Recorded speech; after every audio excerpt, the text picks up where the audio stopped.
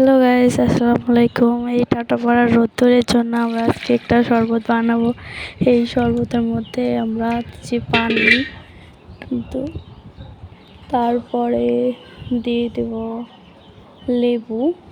আমি এখানে 2টা কাগজি লেবু ব্যবহার করেছি।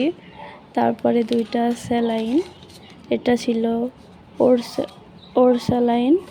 তারপরে একটা স্পি দেব, তারপরে দেব চিনি।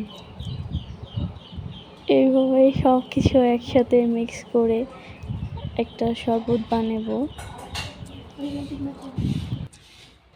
তো চলেন শুরু করা যাক।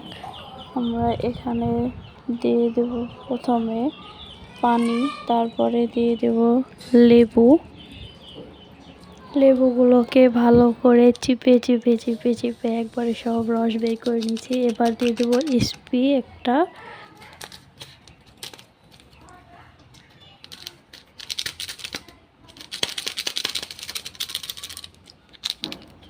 স্পিটা দেওয়ার পরে এবারে দেব স্যালাইন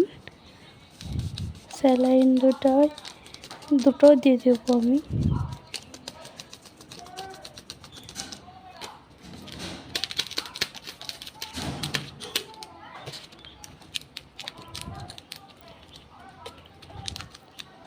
স্যালাইন দেওয়া হয়ে গেলে এরপরে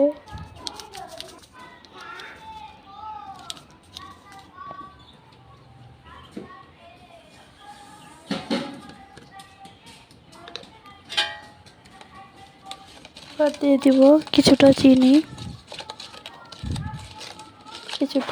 দেওয়ার পরে একটা চামচ দিয়ে ভালোভাবে এটা নেড়ে চেড়ে ভালোভাবে সব কিছু একসাথে মিক্স করে নিলেই আমাদের শরবতটা তৈরি।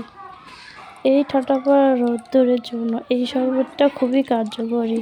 এই শরবতটা খেলে সবাই অনেক উপকারিত হবে। আশা করি সবার ভালো লেগেছে। সবার চ্যানেলটাকে সাবস্ক্রাইব করে পাশে থাকুন।